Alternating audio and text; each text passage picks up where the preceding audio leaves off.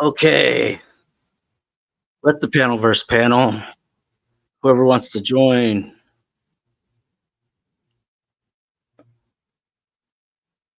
panel up, panel out, and bring your best and your worst. I mean, you just gotta let the Panelverse. That's the secret.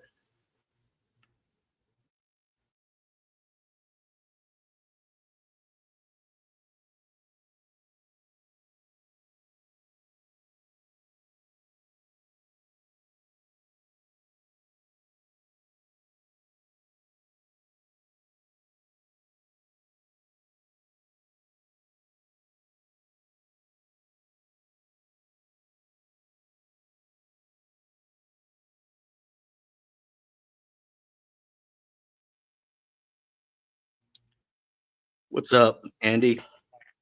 Hey, what's up? How you doing? I'm good. How about you? Good, just relaxing. Oh, So, that was a pretty good show over at Jack's, yeah. yeah, I was kind of popping in and out, going to a few different streams. I caught some of it. All right. So, it's interesting how, the God topic always seems to come up on random, panels or whatever, drama mixed in. It's all pretty cool actually. But what do you think about like God showing up on drama panels all the time? Yeah, I think it's a reflection of how much everybody is divided around the world right now over religion. It didn't really used to be such an issue as far as drama goes. You know, the age of the internet and sort of bickering on the internet has been around since roughly, I don't know, the year 2000 or so, but the drama of religion seems to have only really popped up in the past 5 years or so. Yeah, I agree with that. It's a good observation. Uh, I guess the '80s and '90s, everyone was just, you know, living life, having fun, and like this serious stuff was like not necessarily on the table all the time for discussion. It's like now it's, you know, um, after, just greetings, people are getting right into it and ready to, agree or echo chamber or go to war. I agree. I did always seem to find myself in some religious drama before the internet came around, though, or before I got into bickering on the internet, I should say. I guess it was around, but when I was a teenager, um, I used to get in pretty heated arguments with my pastor when I was younger. I And actually just talked to him for the you're first time currently not a recently. believer, right? No, no, not anymore. So, you also seem to gravitate towards the Old Testament more than New Testament. Is that what you would argue with your pastor about? Um, kind of. I mean, looking back now, my arguments that I had with my pastor were surface level, immature, rebellious arguments that really didn't carry any weight to them. It was more so just like the beginning of me starting to question things, really. But yeah, Old Testament stuff was typically what came up the most. I've always liked the Old Testament more than the New Testament, even when I was a Christian. Oh yeah, that's interesting for an atheist, well, the unbeliever to say that because they always talk about the Old Testament God as a vicious, violent, narcissistic kind of entity or whatever. Yeah. And yeah, so what is it like? You just like the equal justice kind of judgment part of it, or what is it that Oh, makes you really think that the Old Testament God is more favorable than the New Testament? well, I would argue if we're calling Jesus God, I would argue that Jesus is way more favorable than Yahweh. But as far as entertainment goes, just having just having like the power of Moses and Elijah and all of the prophets, and Elijah killing the prophets of Baal with the fire, and Yahweh opening up the earth and swallowing disobedient Levites, and the imagery is just so crazy. Yeah, I think I also am a very favorable of the Old Testament prophets. I find them the most interesting part of the Bible, and of course, looking at prophecy kind of unfold in these days, just makes it even more interesting. Yeah, I hear that a lot. That's something I'm kind of always on the fence about, because and the prophetic literature is something that I'm just starting to dive back into. As of the past couple of years, I've been sort of taking more of a serious approach to the Bible than I ever did when I was a teenager or in my 20s, and have been like genuinely studying each book and taking, like I read the book of Genesis to start, for instance, and I spent like more than a month just like asking questions and doing deep dive research about one single verse, and just constantly starting back over from the beginning when I forget something. And so I've progressed my way through the Old Testament, and I've gone through the first 5 books of the Torah, Judges, Joshua, Samuel, Ruth, uh, Job, First and Second Kings. That's where I'm at right now. So after I finish with First and Second Kings, I'm going to do like a comparative study between Kings and Chronicles, and then I'll be moving on to the prophetic literature. And as far as that stuff goes, the prophets, there's only so much I really remember. We're talking 20 years since I've read it. Yeah, but I remember when you were talking with Tommy on his panel, that it's not like you were totally unaware of what was going on and stuff. So of course he didn't agree with you on anything, but Yeah, that's just Tommy. Yeah, I was gonna say that's kind of just his style. He doesn't budge an inch. So But yeah, I think some of the. Oh, go ahead. Go ahead. Well, I was just saying, it seems like when these prophetic discussions come up about like prophecies from the Old Testament coming true later on, and whether it's during the time of Jesus or shortly after or now, it always seems like there was an original context for the prophecy that's being referred to, that has nothing to do with the life of Jesus or 2025 or anything like that. It's like it seems to have had like a very specific context about the Old Testament and about like Old Testament kings or who, what have you during the time. So I've never really heard a good argument to why there should be like dual prophecies, why it should be coming true twice, or why if you see something similar later on in life that you should be like, oh, the prophecy is coming true again, or whatever. I feel like most of the prophecies in the Old Testament came true in the Old Testament. Gotcha. And you're saying that like they're just so vague that you can't really pinpoint it, as Messiah or anything that is applying to current day events. You got a weird echo that just started. Hold on.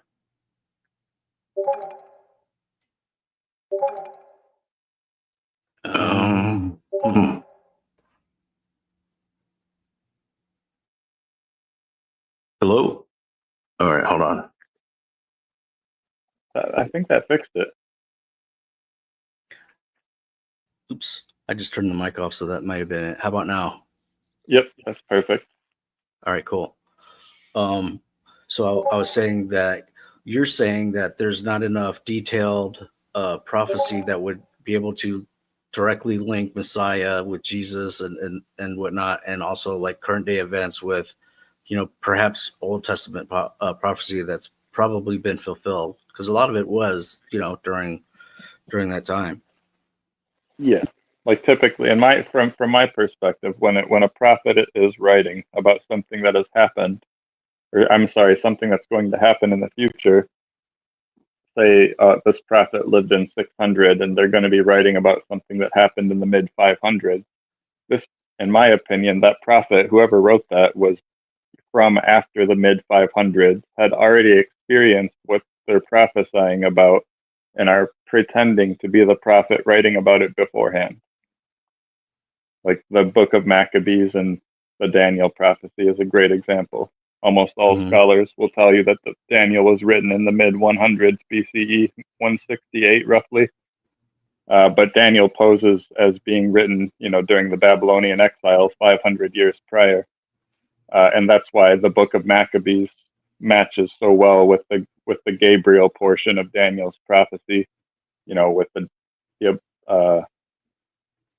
I can't remember the wording exactly, but just where Antiochus Epiphanes sacrifices pigs on the altar and tears down their altar and builds an altar for Zeus and all that stuff.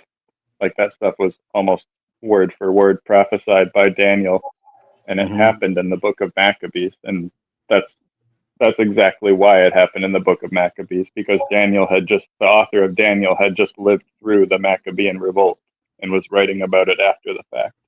And so that's what I think is happening with all prophecies in the Bible.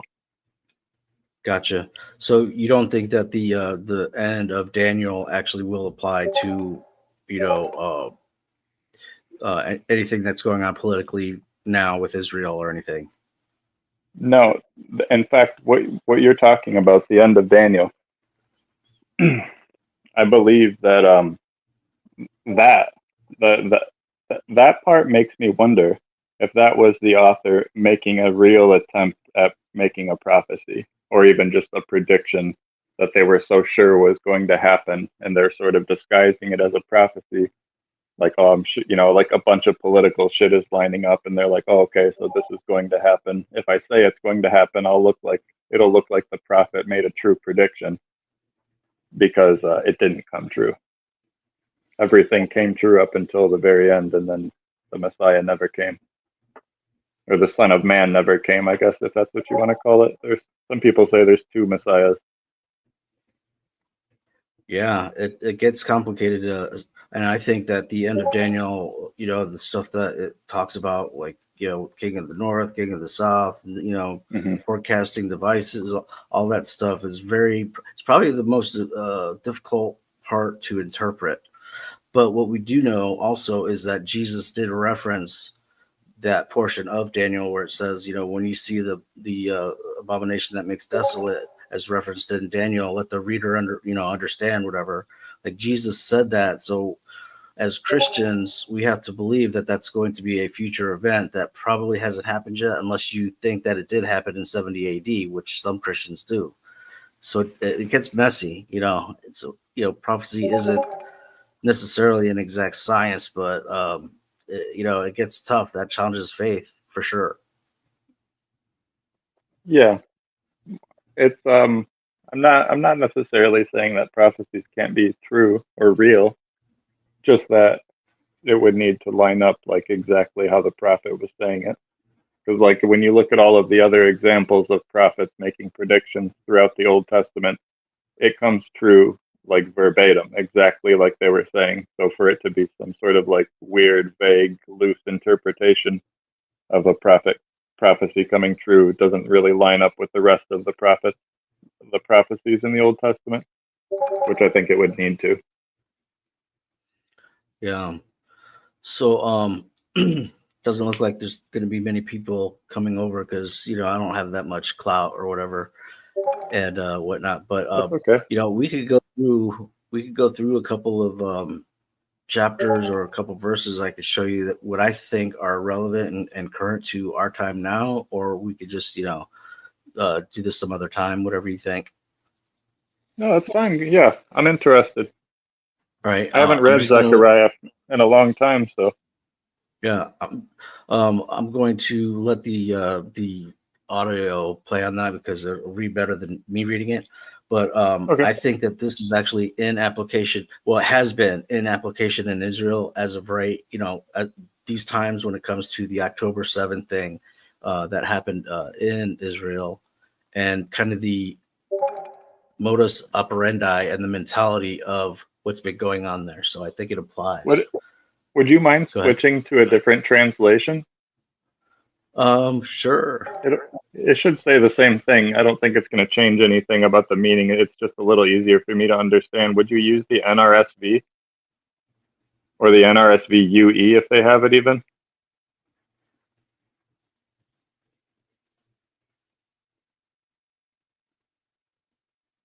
UE, yeah, they do have it. Holy cow. Yeah, okay. Please, if you don't mind. No, not a problem. I hope they have the audio for it. No, they don't have the audio. Oh, they don't?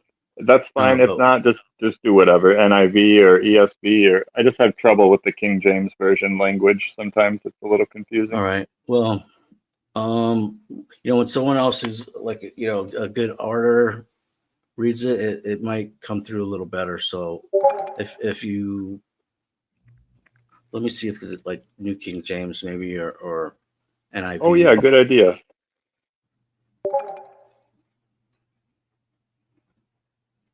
Okay, the NIV, which I also like, does have audio. If you wanna, if that's okay. Yeah, NIV is good. Me to look up like. All right, cool.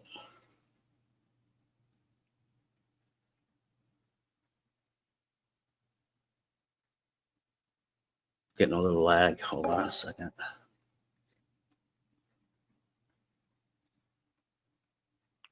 Zechariah 12, a prophecy. Can you hear the that? word of the Lord concerning Israel. Yes. The Lord who stretches out the heavens, who lays the foundation of the earth, and who forms the human spirit within a person, declares, I am going to make Jerusalem a cup that sends all the surrounding peoples reeling. Judah will be besieged as well as Jerusalem. On that day when all the nations of the earth are gathered against her, I will make Jerusalem an immovable rock. For all the nations, all who try to move it will injure themselves. On that day I will strike every horse with panic and its rider with madness, declares the Lord. I will keep a watchful eye over Judah, but I will blind all the horses of the nations.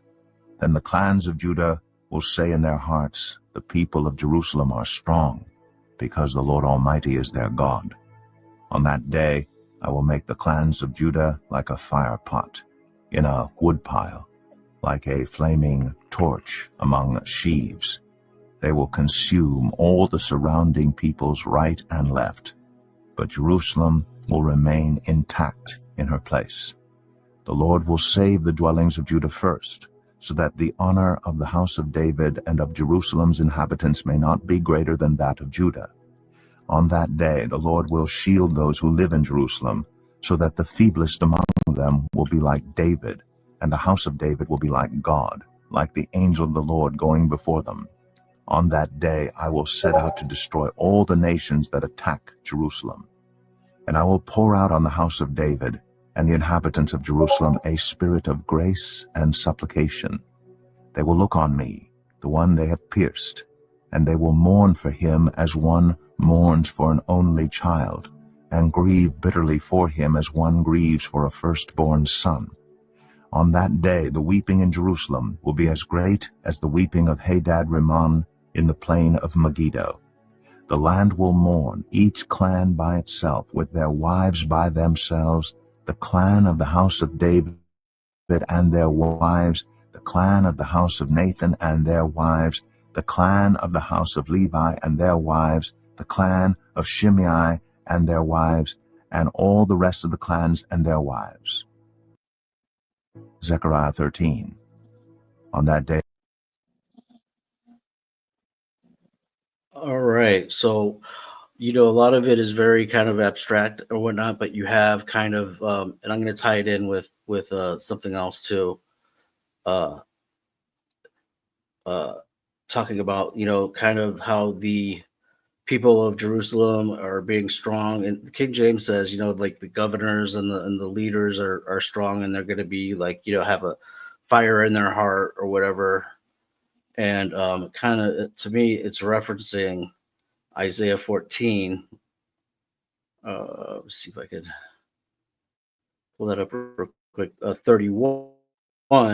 which I believe is also tying directly into that October 7th event. Is it up there? There it goes.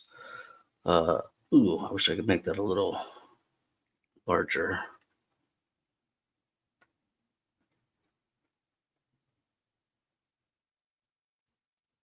So we have talking about Palestine, directly naming it in a detailed, talks about the gate, the city, the whole Palestina being kind of labeled as a city, and it being dissolved, which we kind of, have been witnessing. Of course, there's, I guess, a ceasefire in place now, but combine that with the Zechariah 12 mentality, and it all seems to line up. Plus, you have in today's, culture around the world, we see that, divorce is kind of going rampant, and we see the wives apart from their husbands, and, from all different houses or different tribes or whatever, every wife apart and every, husband apart. What do you think about that? Yeah, I would agree that divorce is more common nowadays, but like I wouldn't say that it's like some sort of epidemic or something. Like, hang on.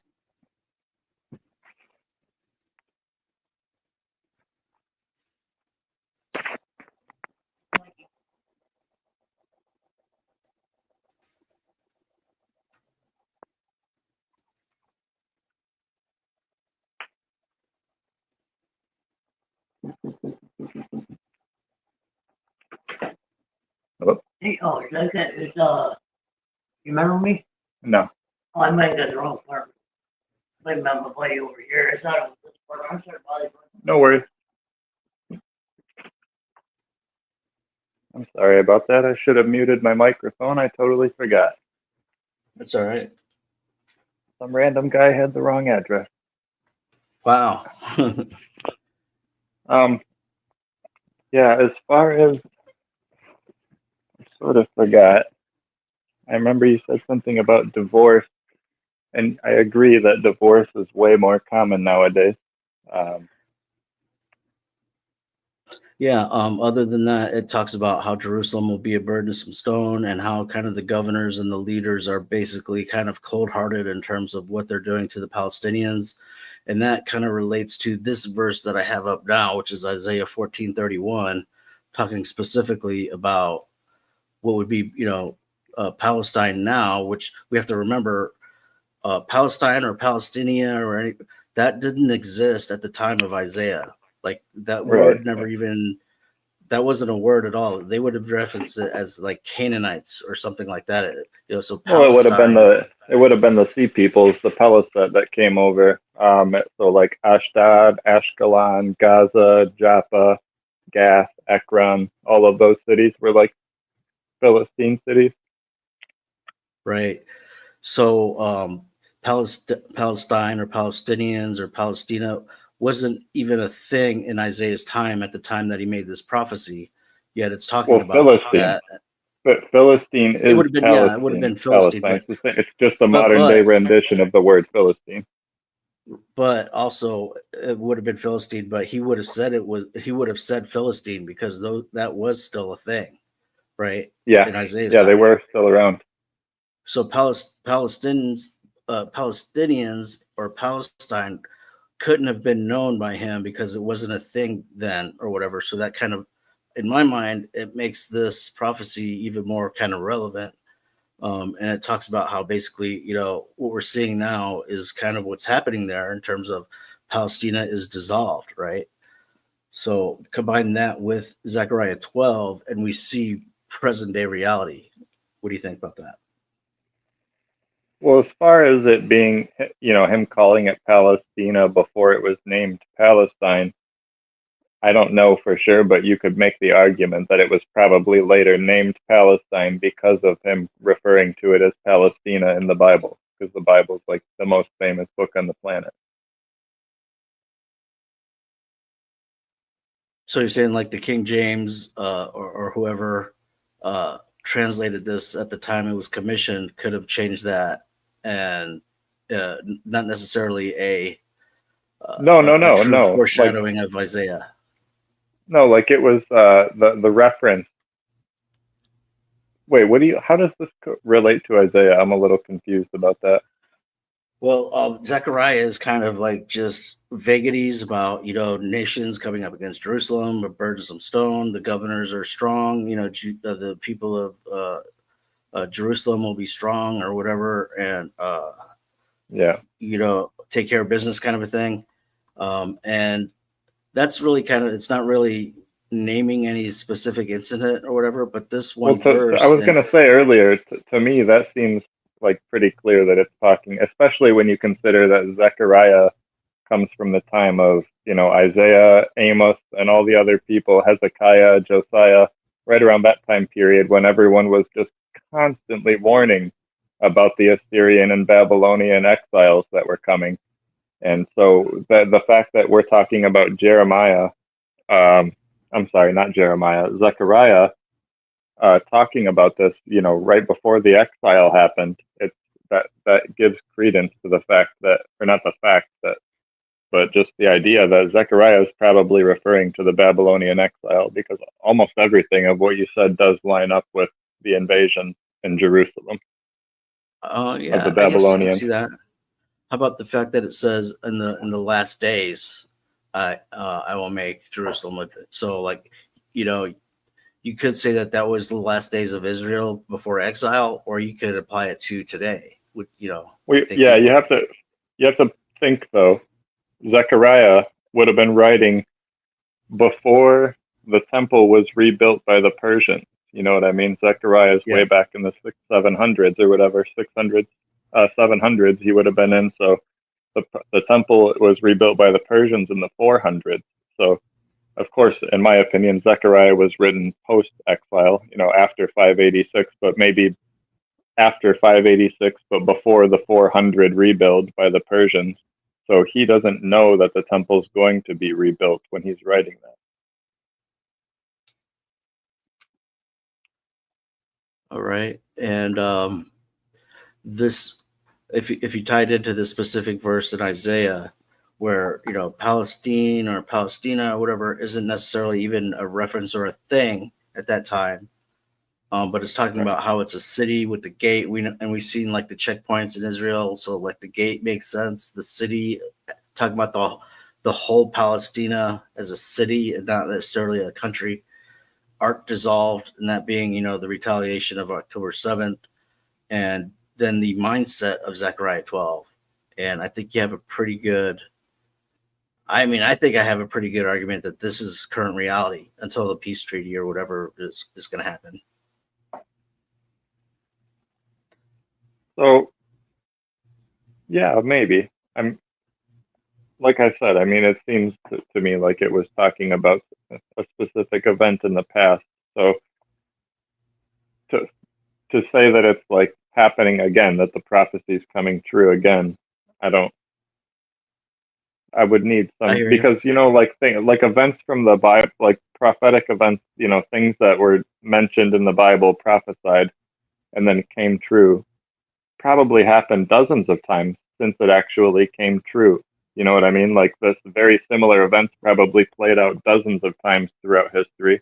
And you could make the same argument for all of those dozens of times that those events loosely replayed throughout history, throughout the medieval period or whatever. Prophecies from the Bible probably nearly happened almost exactly as the prophecy said in the Bible again, just by coincidence. And so people could have thought the same thing about those coincidental rehappenings, like, oh, this is the prophecy coming true, like the prophecies are lining up or whatever. But in reality, there's just so many things happening in the world that it's like there's never going to be a time where you won't be able to find some things that look like the prophecies coming true, because media is so vast. We have hundreds of millions of videos, so much widespread information about every country and everyone's economy and every social media interaction. Like there's just so much source to try to find. If you want to look for a prophecy coming true, like you could find anything. Yeah, generally You can. So that's why I try to find some that are like very specific, just to try and show unbelievers why there's reason to actually believe. And I think this one is pretty solid. So I'll run it by you. If you, I wish I could do it on my computer now, and stream it or whatever. But if you were to like do a wiki on the city of Damascus and read the history on it, you'll find Yeah. that the city itself has never been razed by any civilization, and it's been one of the only cities that survived antiquity throughout. Like it's never been completely flattened or destroyed, right? But we do have this prophecy in Isaiah 17 talking about that day when it's going to be a ruinous heap, and we've been seeing that for the last, say, let's just say 10, 15 years with the civil war in Syria. When they show the ruins of Damascus, it's not the whole city, of course, but it could very well be talking about this point in time, and that would be kind of a solid connection with a prophecy that has not been fulfilled yet, and one that's being fulfilled right before our eyes. Yeah. And that would be the very first line of Isaiah 17 there, where it says, "Burden of Damascus, behold, Damascus is taken away from being a city, and shall be a ruinous heap." Most of the rest of that prophecy, like from verse 5 down, I actually think is fulfilled, but the first four have not been.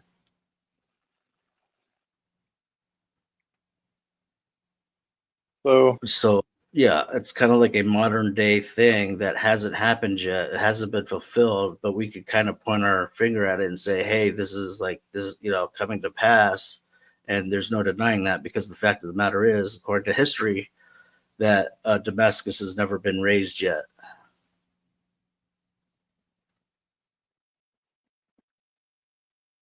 That's the thing about these prophecies is that we're at 2,000 years later right now. If we look at the other prophecies, because there are just dozens upon dozens of prophecies throughout the Old Testament that came true in the Old Testament literature, at least in the story they came true. And they always come true shortly after they were prophesied. I think the longest one is a couple hundred years, and that's about the Babylonian exile. Other than that, all of the prophecies came true just like, decades to maybe a century at max after they were prophesied, sometimes even just like weeks afterwards or even minutes. Sometimes they came true immediately. Mm-hmm. But for it to be 2,000 years and not come true kind of stands out as like it very different from all of the other prophetic literature. All of the other prophecies seem to come true in like a reasonable time frame, and then now we're millennium later or multiple millennia later, and it just now coming true seems sketchy. And I would, agree with you that, like, yeah, most prophecy probably was fulfilled during the time of the prophet's prophecy. That's kind of generally the way it went down. But we also have prophets who, gave quote unquote the last day, kind of prophecies, or the end of days prophecies that are sprinkled throughout as well. And so, Right. being But able they to, thought that was coming. They thought that was coming. Whatever 490 years after the Babylonian exile would be. That's when they thought the end of days was. That's when they thought the Son of Man was coming. 49 years times 7, because of the Leviticus or law or whatever, where it's like the sevenfold law, where if you're extra bad, it gets multiplied by 7. So it was whatever. It ended up being 483 years plus a 7-year messianic age. So 586 is when the temple was destroyed, or you could say 597 is when the siege started from Babylon. And so you count back 597 minus 483 years, and that's when the end of days, that's when Judgment Day was supposed to happen for them, and it never happened. Or, I mean, I thought you were referencing, Cyrus and the rebuilding of the temple after the Babylonian. Yeah, that's they call him the Messiah, but the thing is that he was nowhere near that date. that they said it was supposed to be in. 483 years after the invasion of Babylon would have been like 100 years before Christ or something like that. 150 years before Christ or something like that, and which was right around the time of the Maccabean revolt, by the way. The Maccabean revolt was in the 160s, literally like a decade before that when they said. So, which makes me think that that's why most scholars and myself would argue that Daniel was written during the time of the Maccabean revolt or just after the Maccabean revolt had happened.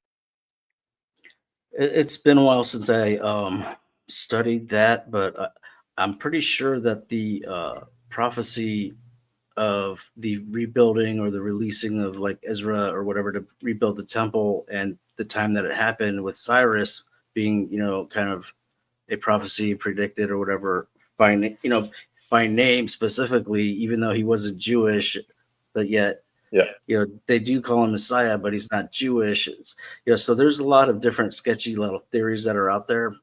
But I think what I was saying is like some of those quote unquote end time prophecies that, that we say, well, they probably happened already, they were fulfilled. So, that's still kind of our assumption. It could very well be that some of those are last day end time prophecies, right?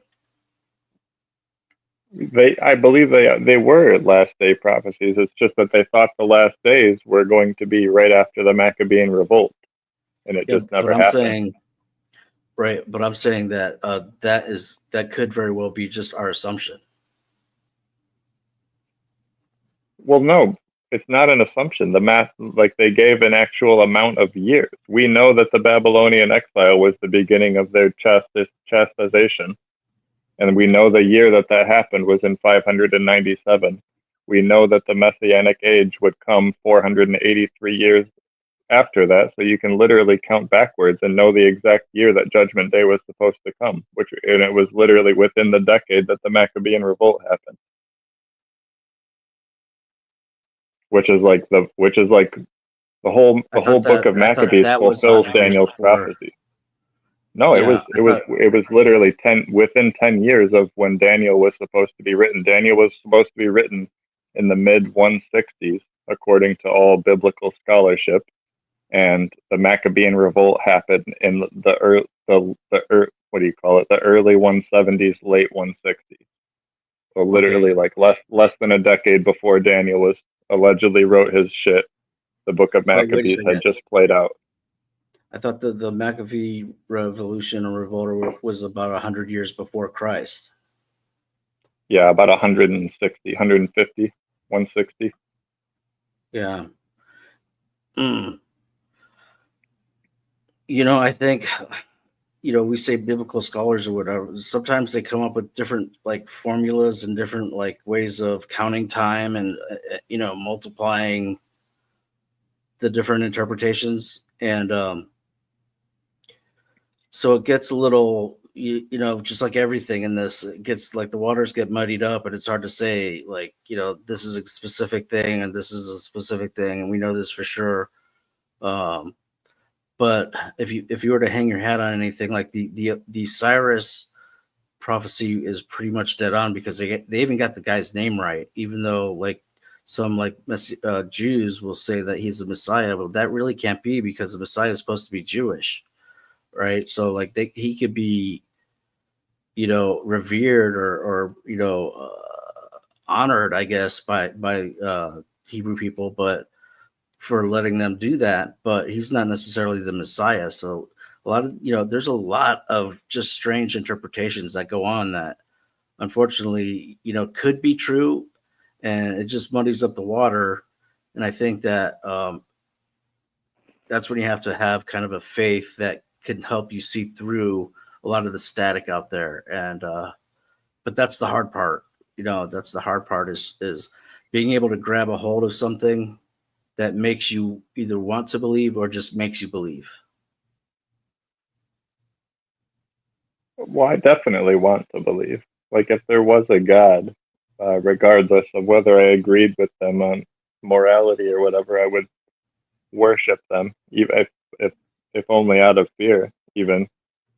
but just I have a desire for mysticism. You know what I mean? Like I wish that I believed, but I don't feel like I have a choice whether or not I actually genuinely believe something. I'm kind of either convinced or I'm not convinced, and I feel like I take as non-biased and neutral as a look as I can at both sides of the story. Like every time I learn about something, how do the Christians interpret this? How do the Jews interpret this? How do secular, critical scholars interpret this? And I try to make my own decision and just really just take an unbiased approach at the Bible. And I feel like that's really all you can do. You know what I mean? Yeah, and I think that's a great approach. I think that's a great approach. You want to be objective. You don't want to get caught up in the woo. You don't want to be, emotionally. I mean, emotion plays into everything, but you don't want that to be leading your reasoning of things. So I definitely understand the approach, and I appreciate it too. I think that's kind of how I was as well. But if we could real quick, and then I'll let Sophia talk here. If we look at this first two verses in Isaiah 17 here, it talks about, Damascus is going to be a ruinous heap taken away from a city. And then it says the cities of Ararat are forsaken, they shall be for flocks. Flocks would be referencing, sheep, which would be referencing, Christians. And they shall lie down and none shall make them afraid. Basically, the Ararat portion of Syria is that like northwest part that is, heck, I even think they reference themselves as like Araoeans or something. So that kind of still applies. And then there's all these different sects that are in Syria. So if you were to see Syria or Damascus being a ruinous heap, according to like Wikipedia, it's saying that it's always survived antiquity, and then Syria carved up into different areas for the different tribes that are in Syria, would that be enough to convince you to believe God is real? No. No, I'd need more than that. I would, that would be like, wow, what a coincidence. Or even maybe go as far as like prophets could be real, but I have no reason to think that God is real. Although I do think that there could be a God, I just don't think that the God of the Bible is real. And I don't think that the God of the Bible is real. I'm not going to get into a rant because I also want to let Sophia talk, but just I think that the God of the Bible is directly influenced from pre-existing gods. Our oldest biblical literature goes back to roughly, the 2nd or 3rd century. We got a couple steles that mention a couple people from the Bible, like in short terms. We have some silver scrolls that have like a piece of a blessing that's kind of similar to a blessing from Numbers. It's very scarce. We have no real evidence that biblical literature goes back before like 300, 400 BCE. And so when we have stories and stuff about gods that do nearly identical things in the same order that Yahweh did, and these stories are written, 1400 BCE, 1,000 years before our oldest pieces of biblical literature that we have, the only logical conclusion is that the stories about Yahweh were adapted from these stories about the older gods. Wow. But, so you think that there's a hierarchy above Yahweh, and that Yahweh, is the Hebrew, I guess, reference to the great I am as revealed to Moses, right? But you're saying that there's other gods or others. There's a hierarchy even above him. Am I getting that right? Well, I believe it's Deuteronomy. I'm never going to remember now. Deuteronomy something. I think it's Deuteronomy 23. Maybe I could be wrong, but it talks about. Because there's so much to get into, but like basically back in the ancient Near East, every city or every nation had its own national god that ruled that nation. So like Chemosh ruled over the Moabites, Milcom ruled over the Sidonians, Yahweh ruled over Judah, like that. Like every nation had its own national god. And so in that Deuteronomy verse that I can't seem to remember, I think it's 32 actually, Deuteronomy 32, 8 through 10, if I'm not mistaken. It talks about the highest God, the God Most High, El Elyon, dividing the land up amongst the sons of God, which are, members of his divine council in heaven. These are other lesser gods. Yahweh is like throughout most of the Bible, or El Elyon, I'm sorry. El Elyon is like the highest God, and the divine council are lower gods below him. And we know this from several different mythologies across the Near East that predate the Bible, and like the Ugaritic texts are a great example. They specifically talk about the, El being the highest God, and El being given a bunch of epithets like Elyon and Shaddai. And he's the highest God in the pantheon, the king and creator of all the other gods, and they are members of his divine council. So when it says divine council in the Bible, like in Job, for example, and the sons of God are the members of that divine council, that's what they're calling back to, that ancient Near Eastern myth of the highest God having like a courtroom of all of these lesser gods around him.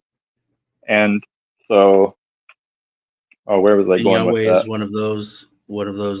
Exactly. In Deuteronomy 32, in the older text, like in the King James version, it completely changes this, and this is why I refuse. One of many reasons why I refuse to use the King James version, because if you look at the NRSV UE, the NRSV UE uses the Septuagint and the Dead Sea Scrolls for its source text because they're older, and the King James version uses the Masoretic text, which is like 900 years later.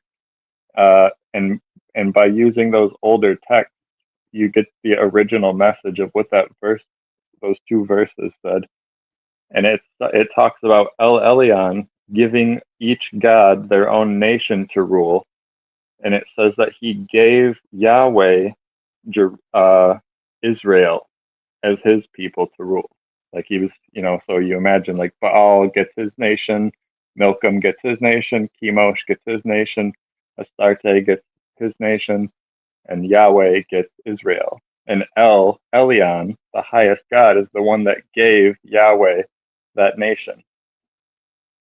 And it says the nations are divided up amongst the sons of God in the Greek Septuagint, and in the Dead Sea Scrolls it uses that term, the sons of God, or the angels of God in the Greek Septuagint. But in the Masoretic text, they switch it to the sons of Israel. So it's like,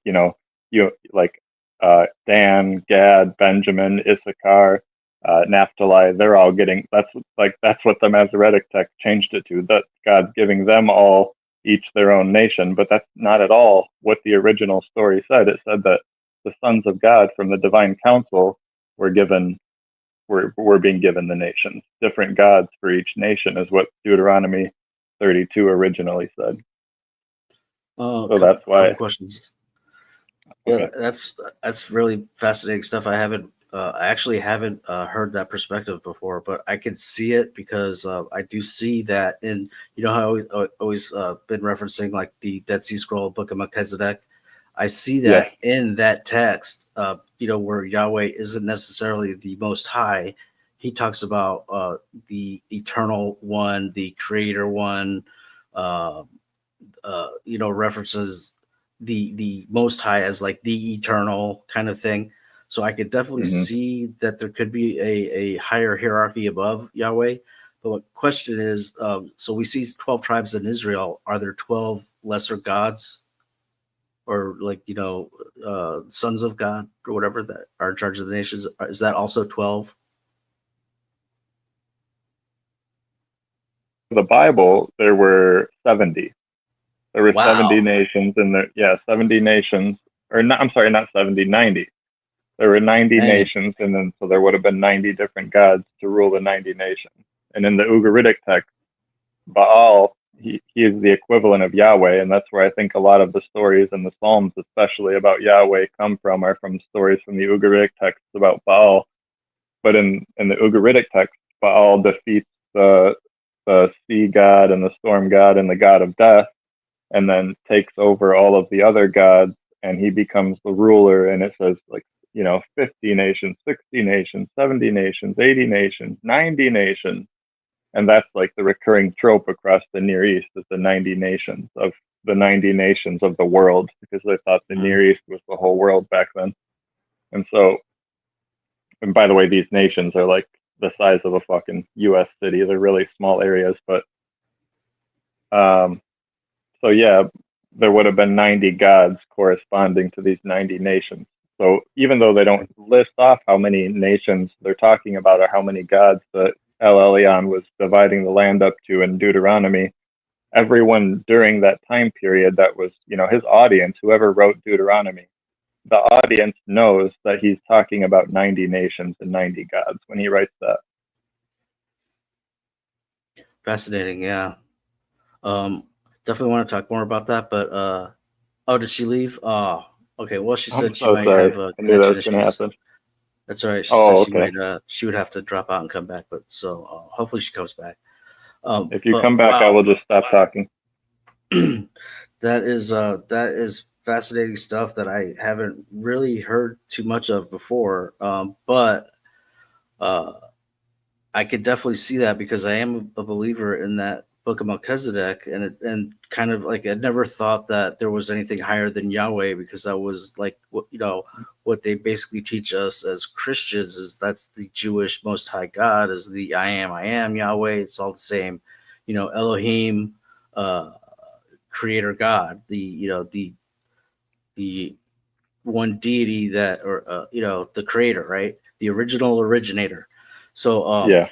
do you think that the Yahweh God had his Adam and Eve story, and that these other 90 other equivalents to Yahweh had their own Adam and Eve creation as well? I don't know that each of their mythologies went that deep. We don't have as much as we would like to have, I guess. There are a lot of other cultures that have like a beginning story that's really similar to the Adam and Eve story, and they also have a flood story and a hero story, and a storm god that rises to the top. All of these things are Yahweh being the storm god, of course. All of these are recurring tropes across the Near East that kind of start in Mesopotamia, work their way over to Greece, and then, in my opinion, come back to the Near East from Greece, and then they're reinterpreting those Greek and maybe Babylonian. Maybe they're getting it from the Neo-Babylonians from the exile. But I think that, in my opinion, I think that all of the Bible, all of the Old Testament came after the Babylonian exile. I think that literally nothing that we have as what we call Old Testament or Tanakh was around before the Babylonian exile. I think all of it came after. You don't think that Moses in Egypt and being, slaves in Egypt or whatever, is actually before Babylonian exile? I don't think that happened at all. Wow. And there's good evidence for that. There's a lot of different reasons I don't think that, but I don't think that Moses was even a real person. That's another recurring trope, this Moshe, Moses. There's a bunch of different names for him, and a bunch of different people called him a bunch of different things, but it's just another recurring trope of a hero character that comes and rescues a big group of people. And it was, in my opinion, just the Israelites' version of that guy. And that's what they were doing with a lot of their stories, was just taking ancient Near Eastern, and this is what everybody did, by the way. It's not like they're story thieves or something. This is a tradition. Like taking an old story and making your own national version of it is like what people did back then. That's how you made your national identity, was to take the old God stories and apply it to your people. So you don't attribute the Torah to Moses whatsoever? Literally, no, not at all. I think the Torah was written after the Babylonian exile. Is this kind of a new way of thinking, or like how How long is No, that? there's really deep. Well, atheism in general and just doubting the Bible is kind of a relatively, over the past couple hundred years. Before that, it was punishable by death to talk about shit like that. So, but yeah, scholarship goes very deep on the, none of the biblical literature predating the Babylonian exile. So, how do we account for the first 5 books of the Torah or whatever that was given down? And like, if you're saying it came after Daniel and after the exile, like, we just don't know, like, or I mean, because the tradition is, the mainstream whatever is that it's all written from, and even the Quran says that the Torah was given to Moses. So that's Well, like, yeah, but the Quran is just reading the Old Testament and repeating what it's saying. You know what I mean? Whoever wrote the Quran has no way of verifying whether or not Moses wrote the Old Testament. Yeah, in the particle plane, yes. Only your spiritual revelation could make that true. But if Right. if Moses, I'm sorry, if Muhammad is verifying that in the spirit realm, then it's really a hard sell for believers to think that the whole the whole Torah, and I imagine it would be very difficult for Jewish people to believe that the Torah was made up after the return from Babylonia, right? Like, that's a hard sell, and so how do they account Only for because those of books? tradition, though. It's only a hard sell because of tradition, though. If we look at examples of Jewish culture or Israelite culture, really, because they weren't really even calling themselves Jews until after the Babylonian exile. But before, when they were just Israelites, if we look at pre-Babylonian exile, even just not even Babylonian exile, say pre-Second Temple, pre-400 BCE, Jewish behavior archaeologically or literarily from like cities like Elephantine or things like that, there's no indication in any way that they had the Torah or that they were following Torah laws or knew anything about the patriarchs or Abraham or Moses. And they go on long rants talking about biblical characters and go in just ridiculously deep detail in those Elephantine texts. And they never mention any of that stuff. And that is highly suspicious. And the stories in the Torah match Babylonian customs to a T. Like, there's so much Babylonian imagery and Babylonian stories woven into the first 5 books of the Old Testament. And it really makes me, and they didn't really have any close contact with Mesopotamians. They're separated by like 1,000 miles. They didn't have close contact with them before the Babylonian exile. And to me, all of that Babylonian imagery being woven into the Torah is a huge red flag that it was written after the exile, when they would have been exposed to all of that Babylonian mythology.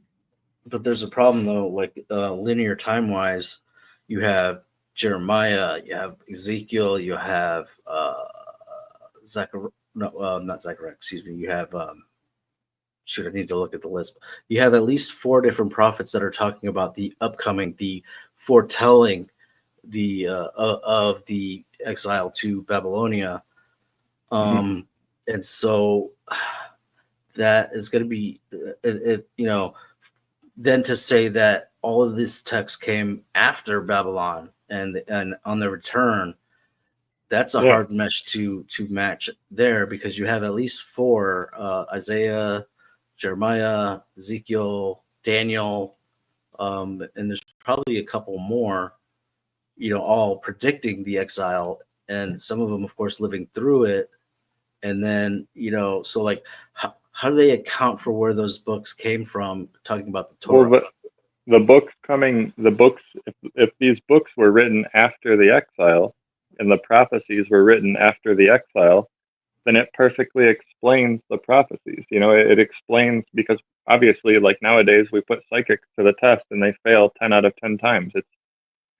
There's no reason to think that psychics are real. Every time they get put in front of any kind of scientific testing, it falls apart immediately. And so what falls apart? scientific testing of psychics. It's been Okay, repeatedly yeah. done. And so when we see these, stories of prophets, my first thought is like, okay, that's bullshit. Like, people don't predict the future. That's not real. But if Isaiah and Jeremiah and all of them were written after the exile, that would make perfect sense. That would totally explain why they're able to make these prophecies, because they are living through it and then pretending like they're writing prior to it and predicting it.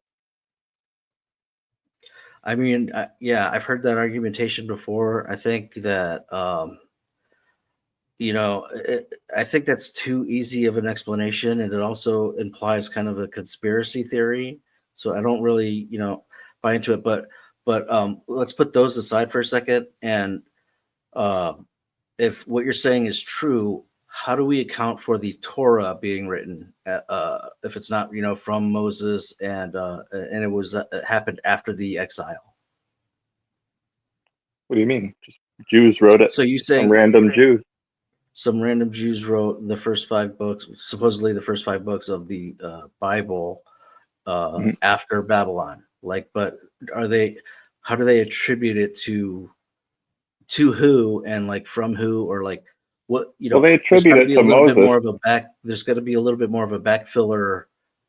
We don't know. The only answer to give is that we have no clue who wrote the Torah. That's the reality of it. But Moses is just this. Moses is never said to be the author of any of the books in the Bible. He is just assumed to be the author by Jewish tradition, because he's the only one that was around through all of the books of the Torah. So they're like, he had to have been the one that wrote it. But the Bible never says that Moses wrote the Torah.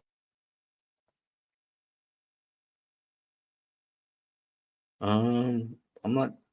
You might be right, but I'm you might certain be right about the that. Torah is my I favorite part can't. of the Bible. That's the part I'm Yeah. most familiar with. It just narrates Moses' whole life all the way up until his death.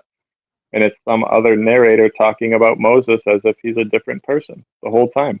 It never says But I or me or, me, Moses. It's someone else talking about Moses. okay, but wait a second.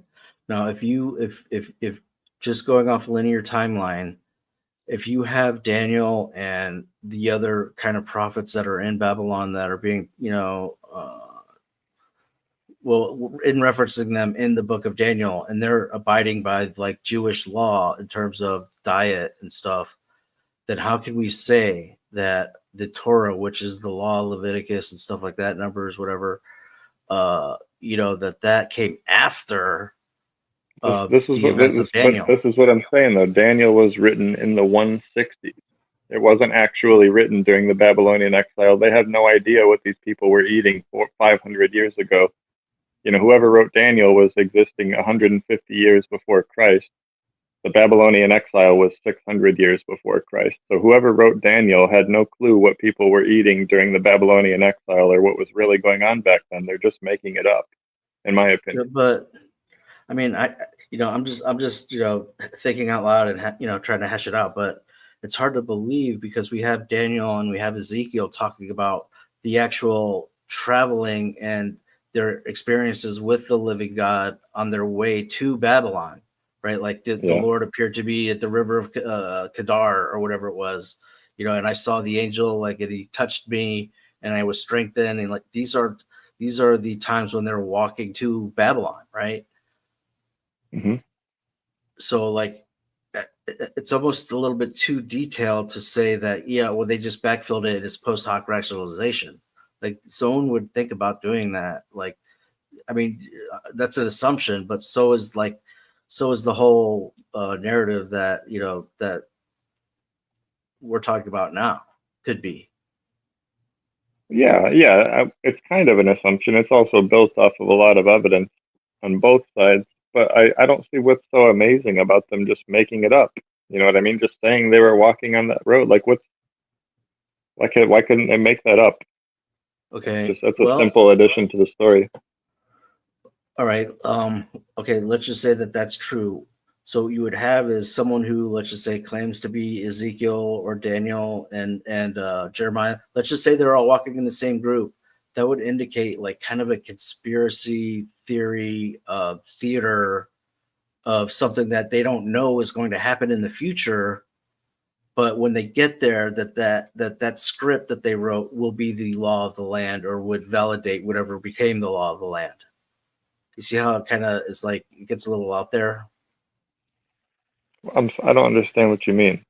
So if like Jeremiah, Ezekiel, and Daniel were all like on the same, horse and buggy, or camel and buggy on their way to Babylon, and they were talking about their trip to Babylon and how they encountered the Lord or whatever, then they wrote the story in conjunction with each other, and then they figured they would have to have known some portion of the future in order to think that their text would be validating of the coming Torah law. Right. So You were thinking about it as if it was written back then, though. Like, I don't think that Jeremiah or Ezekiel or any of those texts go back to before the Babylonian exile. These are just those are pseudonyms. You know what I mean? They probably read the names Ezekiel and Jeremiah and stuff in an annals or a chronology or something like that, some sort of king's list, maybe something they found in Babylon. The Babylonians might have had an actual extensive record of Canaanite history, and they might have found out about their own Israelite history from some janky Babylonian shit and changed it, or we don't really know. There's definite evidence that they're writing polemics against the Babylonians in their stories. Like they're basically giving the middle finger to Babylonians in stories as old as Genesis and Exodus, Leviticus, right. Even, especially Leviticus. Actually, Leviticus is like, yeah, not necessarily Daniel, but like Jeremiah and Ezekiel talk about the coming judgment of Babylon. So like if they were Babylonian in nature, they probably wouldn't be bashing Babylon per se, right? So that's another kind of a strike against that possible, that possibility. But also in that possibility, you're saying, or I don't know if you're saying it, but it would be logical, or it would make sense to say that the book of Jeremiah and Ezekiel were written before the Torah, or am I thinking wrong? It's hard to say, and I'm not 100% confident that the Torah was written after the Babylonian exile. By the way, it's just a huge hunch that I have. If I had a loaded gun to my head, and they were to say, when was the Torah written, before the exile or after, I would say after, in hopes that I would be saving my life. But I'm not confident. It could have existed before that, but I have huge doubts. Yeah, but well, I appreciate just the different way of thinking, just because like your approach to the scripture and all the different texts and everything, and kind of apply, like I like doing that too, so like when I hear new things like this, I like to hash them out and think about it, because whatever we claim as Christians to be our foundation, we want to make sure that it's sealed airtight, so that it's we can be confident in saying that, yeah, you want to believe, right? Because if there is any uncertainty, then people generally can see right through that, and they're just going to say, oh, well, my ideology is just as good as yours, I don't need your God, and so it was a waste of time, kind of a thing. Yeah, and that's essentially how I feel about my religious past. I just over time, you start to realize that, like, what we refer to as Yahweh, the Egyptians referred to as Seth, the Greeks refer to as Zeus, the Babylonians refer to as Marduk, the Akkadians refer to as Hadad, the Sumerians refer to as Ishkur, the Anatolians are Teshub. They all have a warrior storm god that defeats the sea and defeats the god of death.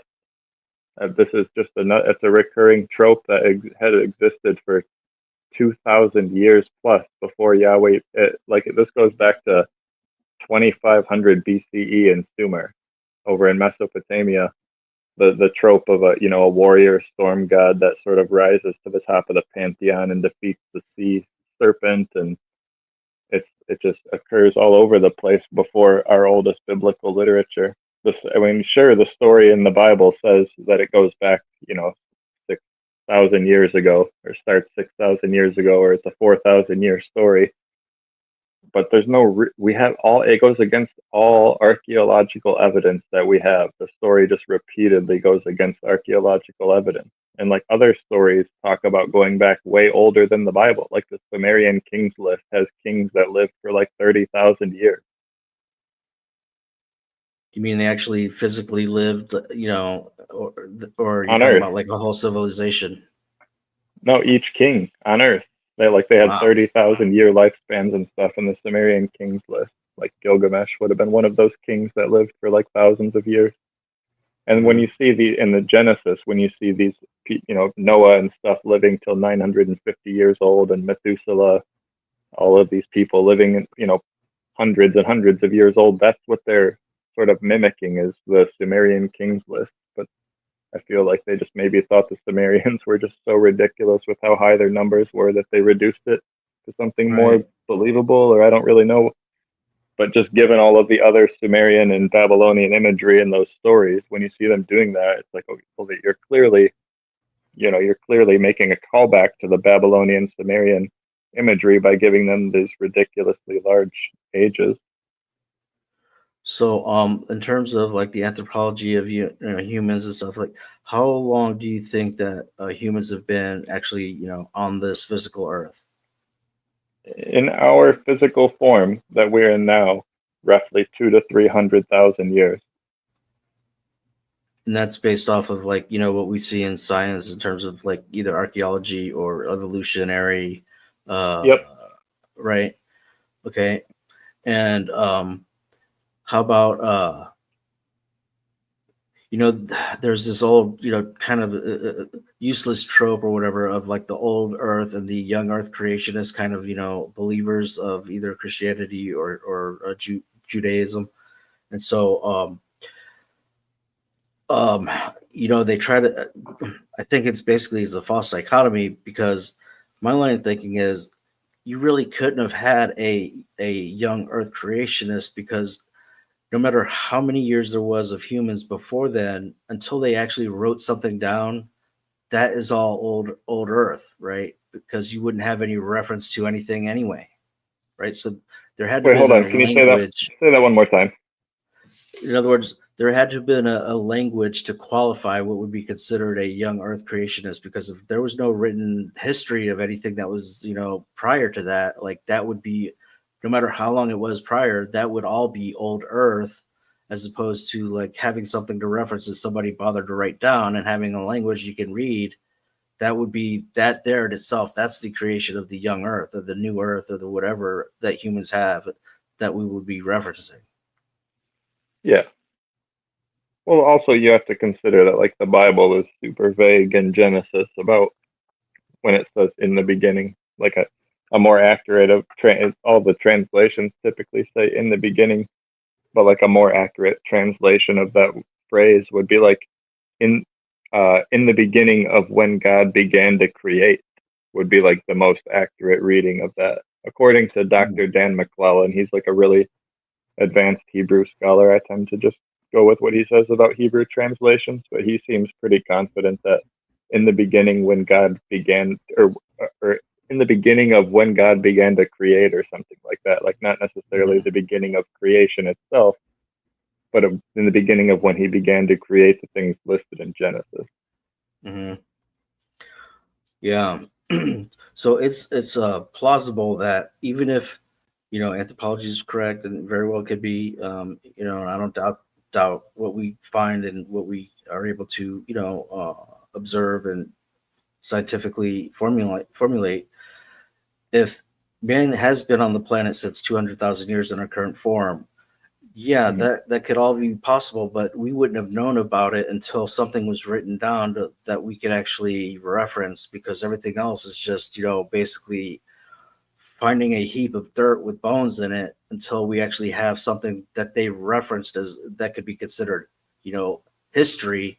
And that point is the point of like the new Earth, or the young Earth, or the new Earth kind of creation.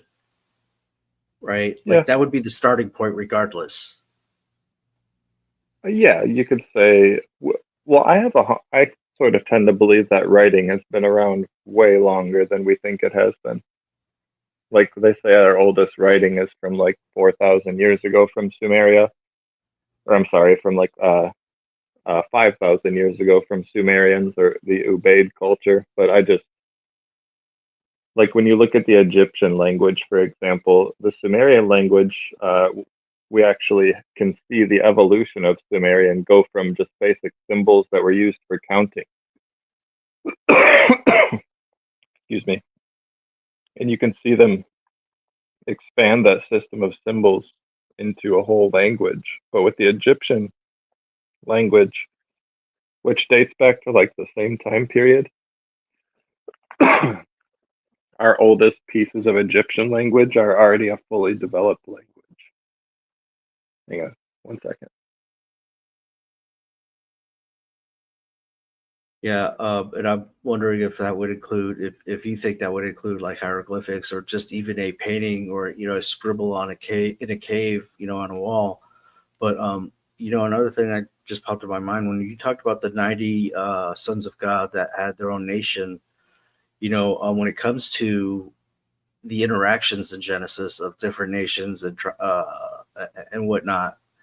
Because the other alternative is like the whole, brother and sister basically kind of created all these nations, and where even Cain was exiled too, right? But the 90 thing makes sense in terms of these other nations that even Cain had to contend with. Like they're gonna, he was worried about getting jammed out by them because of what he did.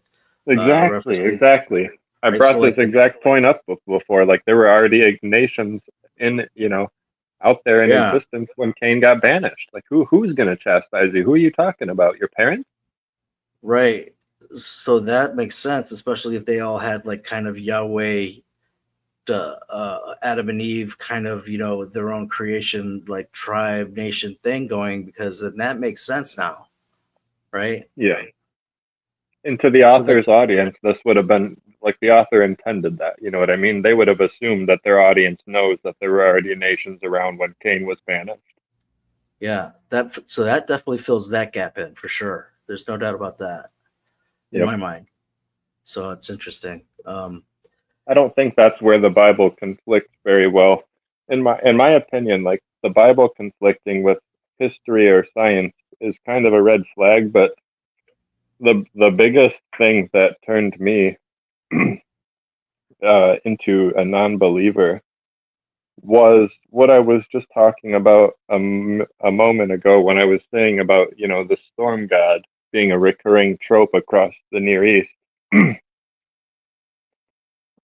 When you realize that Yahweh is the Israelites and the Judahites version of the storm god that was already an existing trope across the Near East for thousands of years, and everyone kind of had their own version of it, all the way over to Rome and all the way east over into India, with Indra. Yeah, probably even further east.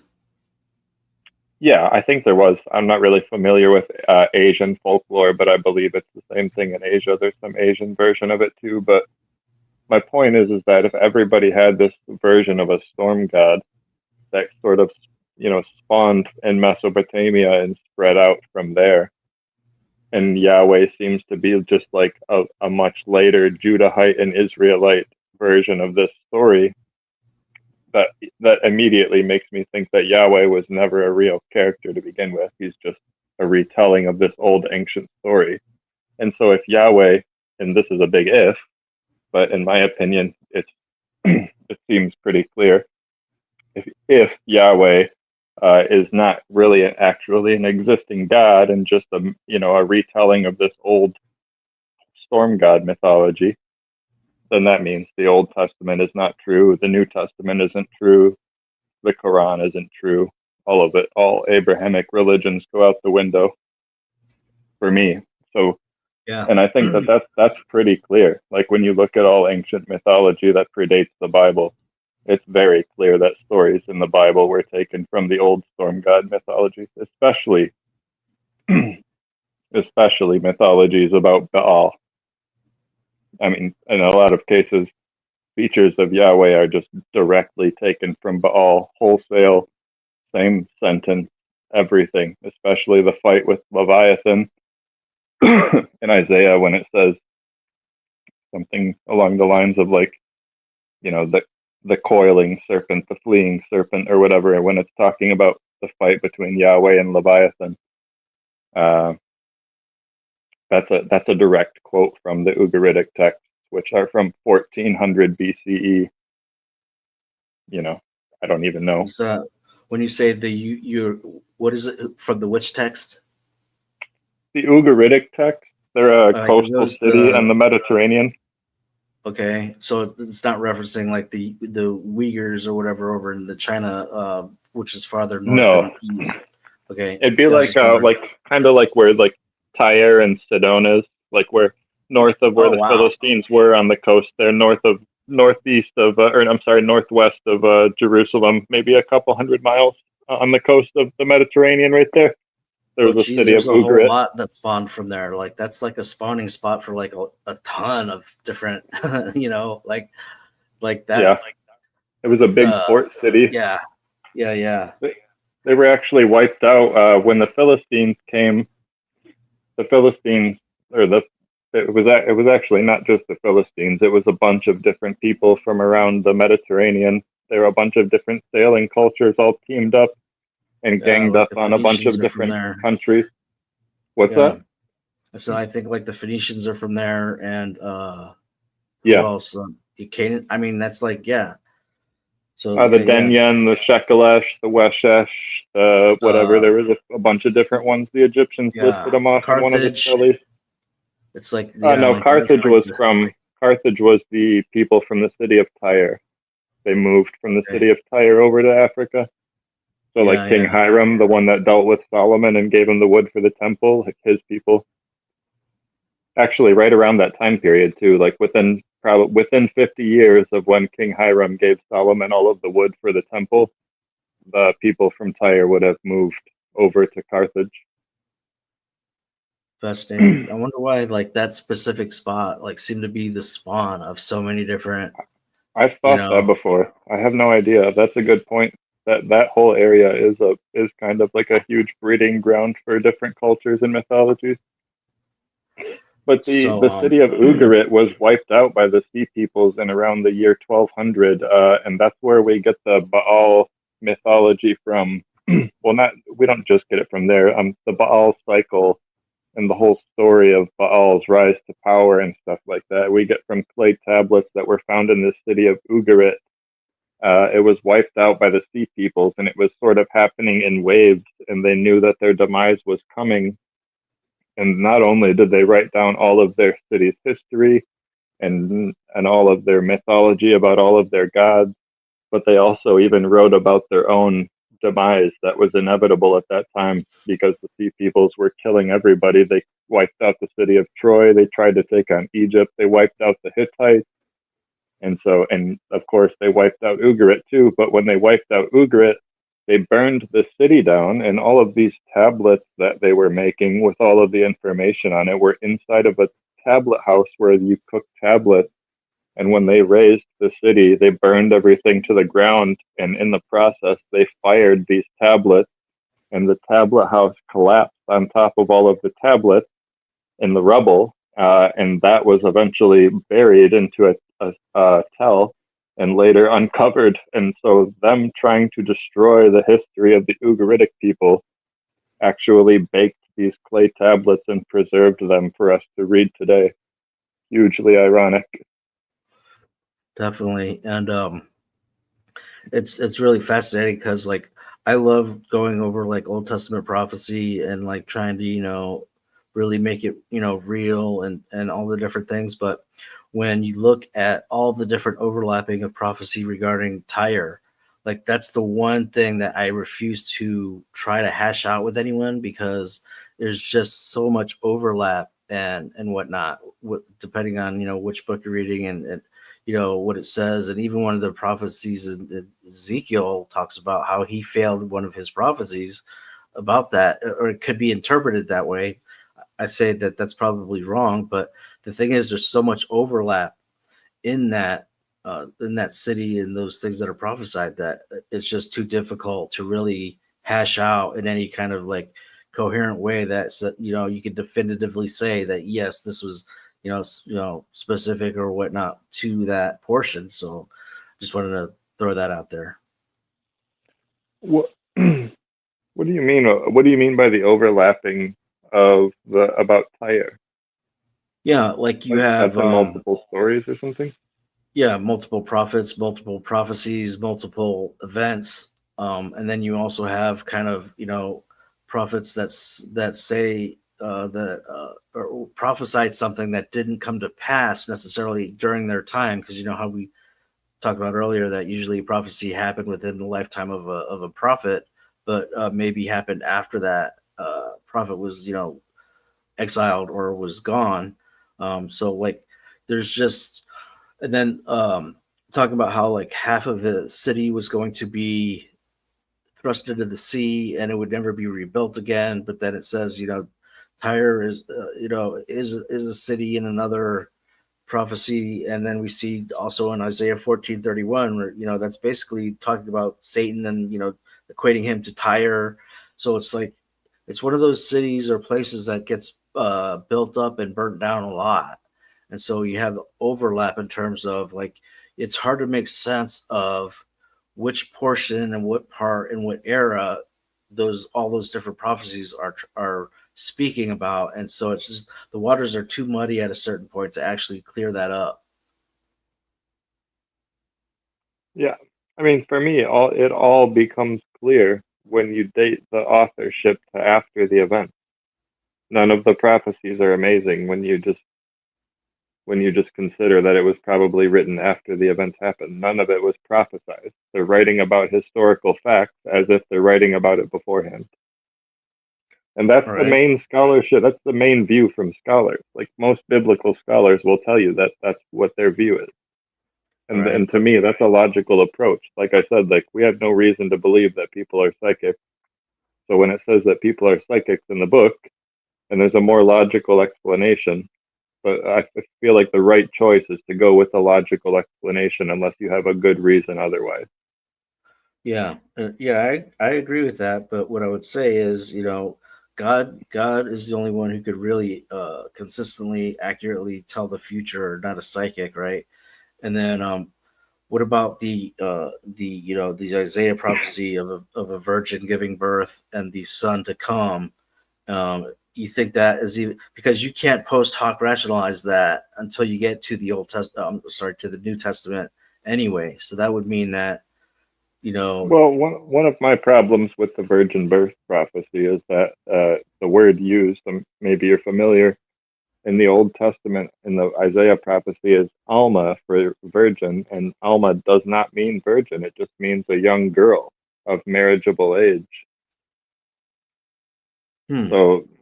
So, and there's a lot of examples like this where people that are writing the New Testament are just blatantly misinterpreting things from the Old Testament that they're writing about. One great example is when they're talking about Jesus.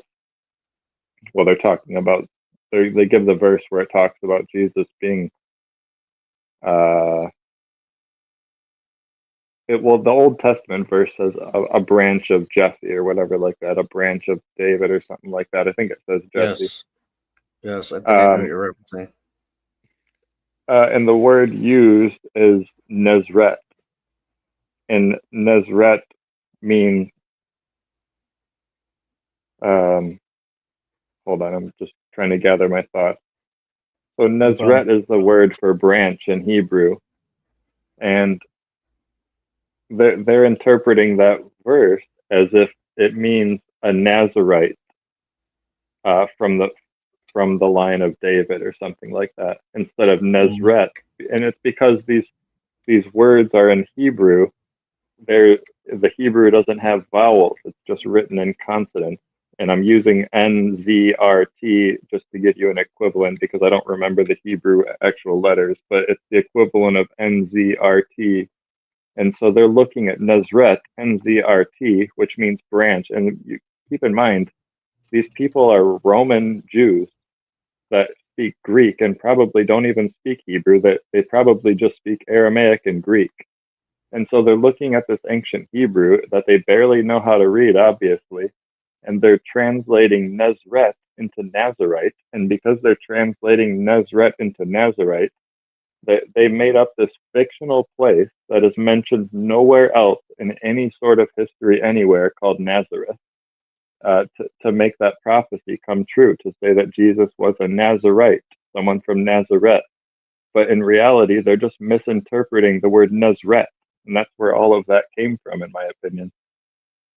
Wow, that that would seem to me to be kind of a stretch from the biblical scholarship point of view, because there's actually a geographical city in a place that is called Nazareth.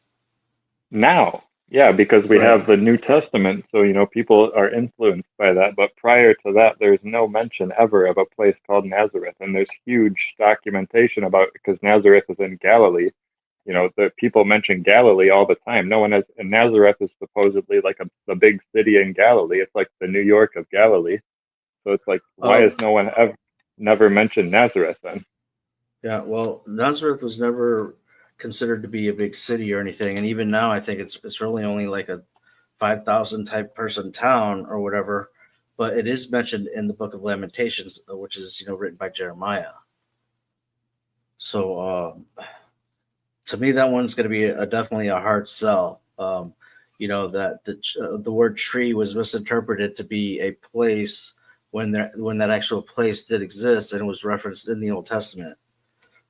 But I mean, that's just one little thing, Yeah. Again, I don't think that the book of Jeremiah, for instance, is old like you might think it is, though. So the book of Jeremiah might have been, I don't know when it's dated to. If I'm not mistaken, it's dated to like the 500s or something like that. But I personally doubt that. I think it might have been later, 200-300s, around the time that all of the other prophetic. I think that all of the prophetic literature was written around the same time because it all is so similar.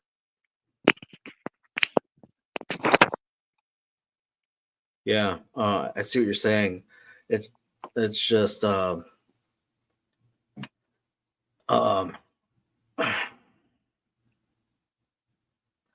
one's going to be a tough sell, because I could see, even if I gave let's just say that the Ezekiel and Jeremiah, they were riding the same horse on the way to Babylon, and they wrote this stuff either on the way or after, which there's no indication that either one of them went back. Probably way physically not possible anyway, but that those books weren't written by them, and they were written by other people after the exile. And then also that I'm just trying to hash out like the timeline, so I'm babbling along. But it would, if all those books were written after the Babylonian exile and when they built the second temple, you still have, actually, and you know what, you have the problem of the King David, like, so that means that like all of it was written after the second temple, right? Like, so no King David, no Goliath, no King the Torah. David. The Torah. Yeah. So like, but that even like reading Chronicles and Kings. So like I was just gonna say, so like First Isaiah, for example, which would be the first 35 chapters or something. I can't remember.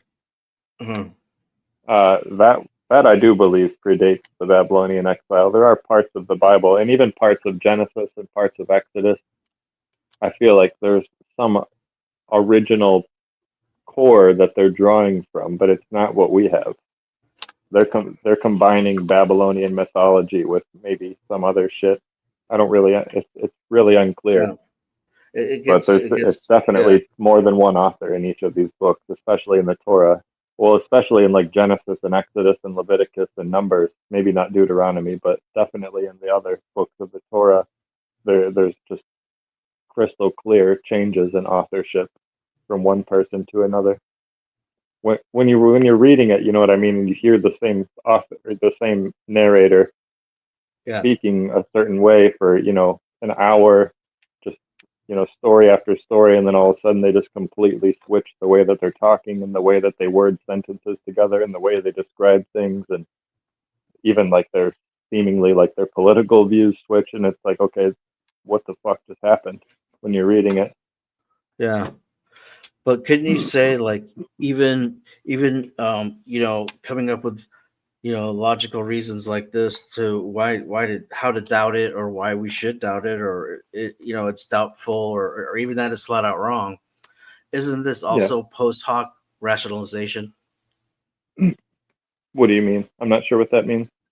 In other words, it's just like a lot of the After atheists the will fact? say, yeah, it's after the fact, forming a narrative after the fact. Well, that's kind of like, that's exactly what they're doing when they say all these different things, isn't it?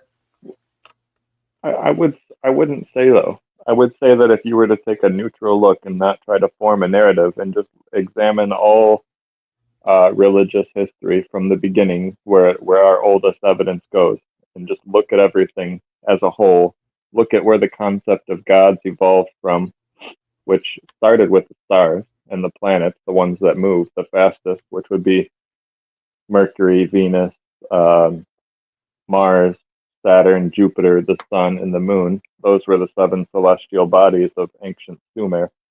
And they were originally given names, and they were just worshipped as celestial bodies that moved faster than all the rest of the stars in the sky.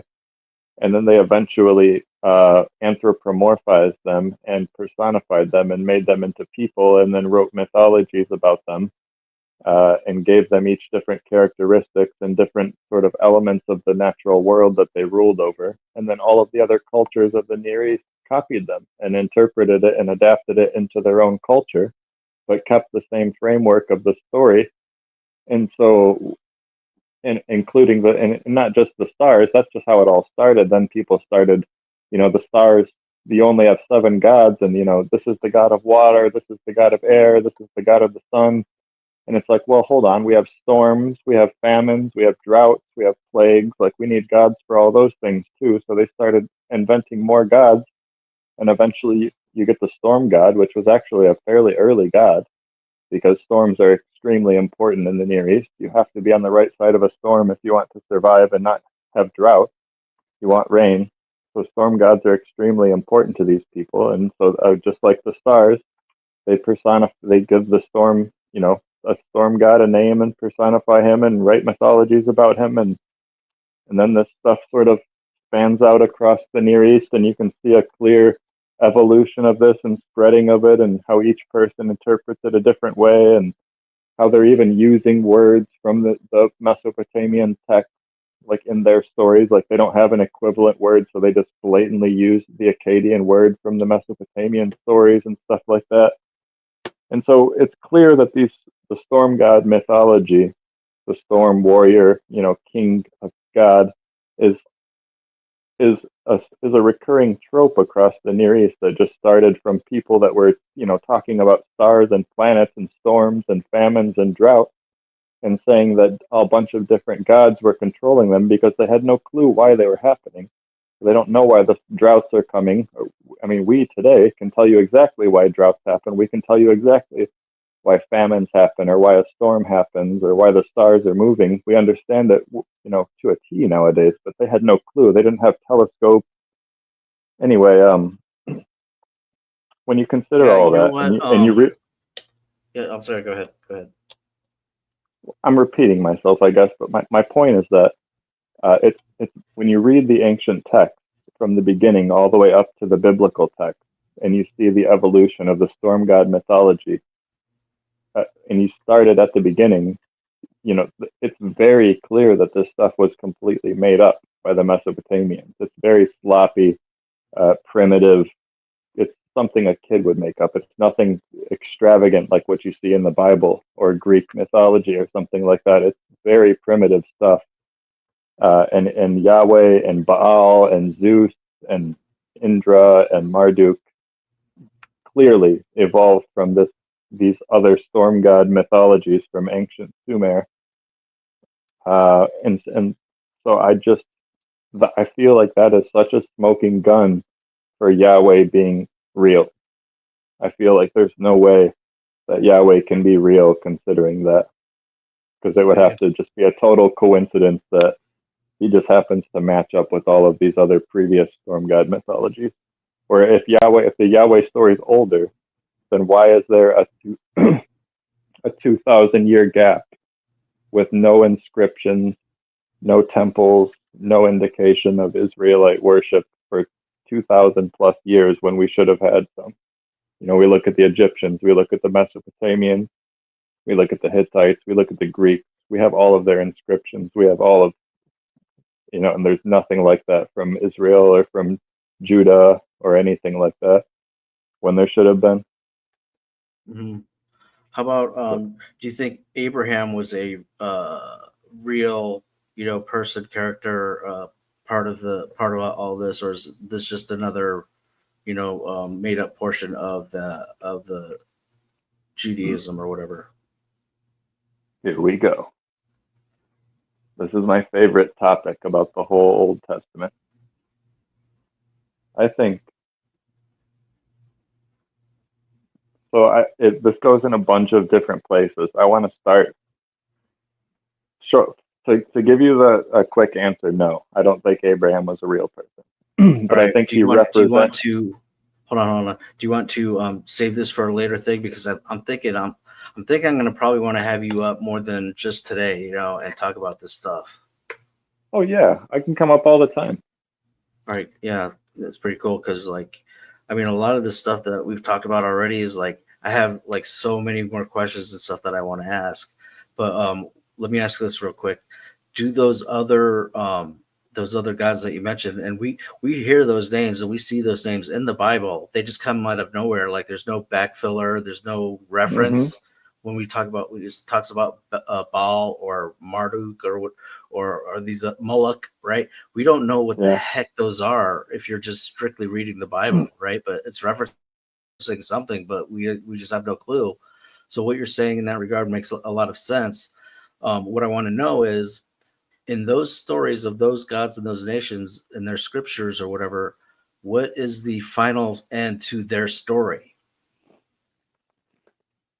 Well, it depends on the story. like typically, the most popular storm god story would be the sea serpent, or just sometimes the god of the sea. Sometimes it's the god of the sea. Sometimes the god of the sea summons a sea serpent. Sometimes the sea serpent is just acting by itself, but it's the storm god that becomes king later, versus the god of the sea, and he defeats it by shooting arrows at it. And this is seen in several different mythologies, and it ends with the storm god obviously winning and subduing the flood. Oh yeah, and it doesn't happen in the Bible this way. God causes the flood in the Bible, but in most of the other mythologies, the god of the sea or the sea beast itself is the one that actually causes the flood, which would be the equivalent of Leviathan. In other cultures, they called it Lotan before the Bible. Leviathan is literally just a translation of Lotan. Lotan is the older story. Baal defeats Lotan by shooting lightning arrows at Lotan. Lotan is a 7-headed sea beast that causes the entire world to flood. And Baal subdues the flood by killing the sea beast. And there's a psalm that is very similar to this, that talks about Yahweh defeating Leviathan, and he does the exact same thing. He shoots lightning arrows at Leviathan, and he uses the exact same sentence: the twisting serpent, the fleeing serpent. Interesting.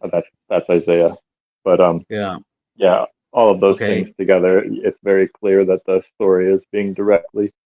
It may not have been, copying per se the Baal cycle from the Ugaritic text, but it's definitely drawing off of that older myth that Baal is drawing from, if not. Yeah, and that could have certainly been like a merchant to merchant kind of, hanging out after a big sale, campfire, kumbaya thing, right? Yeah, that's a point that I try to make all the time when people are saying like the people in the Bible, like I hear this from the neo-atheist community, like the people in the Bible were just a bunch of plagiarists copying everyone else's story. And it's like, okay, yes, they were copying elements of, in my opinion, yes, they were copying elements of older stories and adding them into their own story to make their own cultural myth. But at the same time, like that was not fucking plagiarism. That was a tradition that existed all the way from Rome, all the way into Western Asia. This is what everybody did. This is how you established your national identity, was to take these old myths about the old gods and incorporate them into your culture and make your own myth. And this is literally, I mean, this is what people did. It's the Yeah. most human, the most human thing you could do. So when we Part see of the like the Bible doing social that, life. yeah. And like I said, this stuff began with people just trying to understand why the stars are moving and planets are moving, and why storms are happening and stuff, and they would just assign a different god to each phenomenon. And then all of these other gods, in Greece and in Egypt and in India and Canaan, all of these gods just spawned off of those older stories about stars and storms and droughts and stuff. None of them are real, Yeah. in my opinion. Okay, so these other Baal and Moloch and all these others talk Yeah. about how they won, or that that god won and beat the serpent or whatever.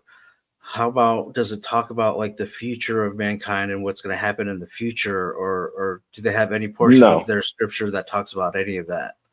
No, see, it's completely different from what you read in the Bible in that respect. The Bible is written as a as a historical narrative, like as if you're reading a history book. These books about Baal and stuff, for instance, in the Ugaritic text, the Baal cycle, it's not written like as if you're reading a history book. It's a mythology. It comes across as a mythology when you read it. It's fantastical. It's ridiculous. You know what I mean? It's Yeah. just as over the top as it could possibly be. And when the So Bible adapts these stories, they tone it way down to make it like realistic. sure. So there's no mention of like, salvation of mankind, or how, the events that could possibly happen in the future for mankind or anything. It's just a story for No, entertainment's sake for the most part. I mean there are some stories like the Epic of Gilgamesh kind of talks Yeah. about the future and about, And but it's salvation kind of even. like, no, not really salvation. Like for instance, Gilgamesh is focused on finding eternity or finding eternal life, and he kind of eventually comes to terms with the fact that like your closest shot at eternity is just being remembered by the people in the future. Not being forgotten. Like that's how you can live eternally. So like in that uh, respect, he was kind of reflecting on the future, but no one ever really prophesied anything. all right. And one thing that would really, for me, kind of legitimize a lot of like this stuff would be, if all these other myths reference the other myths, like the Babylonian one would reference the Baal, and Moloch, and the Moloch one would reference the Phoenician one, and Baal. Do we see any of that kind of cross referencing of those other gods in those other gods' narratives or stories of Oh that sort? yeah, definitely. Like the Baal cycle has a huge list of other gods that are mentioned in the Bible. And are any of From the those Ugaritic. any of those mention Yahweh? No, well, there's an argument on that actually about there's this god. I think it's Yo or Ya. It's just Y and some vowel with it, and there's like a huge argument among scholars about whether or not that was because it's one of the sons of God in Mhm. the Ugaritic text. And there's a huge argument about whether or not that was Yahweh. And I'm honestly on the fence myself. I don't remember the case for it offhand, but I remember being not really convinced in either direction. Interesting. Okay, I think I got one more question for you, and then I'll wrap this up for tonight. Okay. When it says Elohim in the Bible, what do you think that actually is referencing, or what do you think that means when Jews, or when we say Elohim as part of like the Yahweh narrative Bible, who is that, or Mhm. what is that? Well, Elohim can be used in three different ways. It can be used as a noun. to just say a God, and that can be one of the, like the sons of God, for instance, of the divine council, the lesser gods. Those are Elohim. Yahweh is an Elohim. El Elyon is an Elohim. Astarte is an Elohim. Milcom is an Elohim. They're all different. It's just the word God. Elohim, just it can be single or plural. It can be one God or it can be multiple gods, and it's the same word for both instances. Elohim. So it can just mean a God. It can mean multiple gods, and then and sometimes it has there's a word that I don't remember. It's some sort of language marker to show that it's being used as a name, like it's capitalized and being used as like a proper noun. And in that case, it's the actual name of the Canaanite god, in my opinion. And not in my opinion. I'm saying it's in my opinion because you and I disagree, but there's very good evidence that when El Elyon is being mentioned in some of the older texts in the Bible, it's literally talking about a different God than Yahweh, the highest God of the Canaanite pantheon. So Elohim is his name sometimes. Yeah. So from what you've gathered, it could be either one specific name of God, or it could be a category or a classification of different gods. Would that be right? Yeah.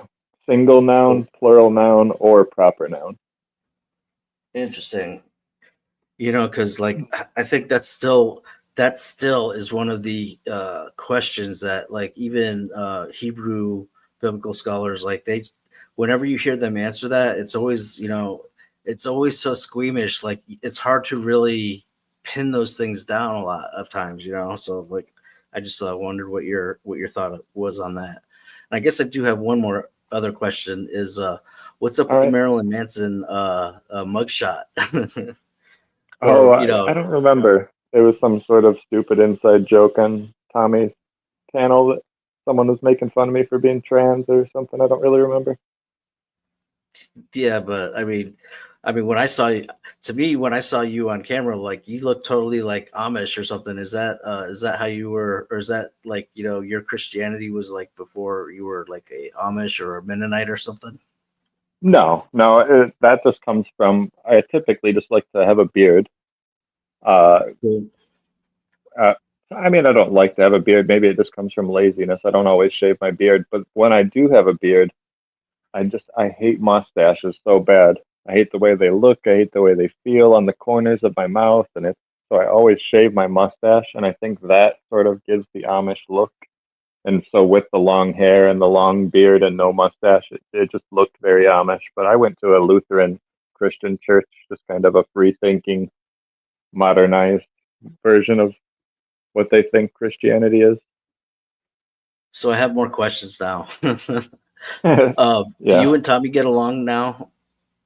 No, I don't have anything against him. He sort of has things against me. He's upset that I'm supporting Jack Talcott, and he thinks that because me and Jack Talcott had a little mini war and we're insulting each other, and bad words were flying at each other, and offensive things were done on both sides. And I eventually apologized to Jack Talcott and made amends with him, and just decided it's better to be supportive or just say nice things or say nothing at all.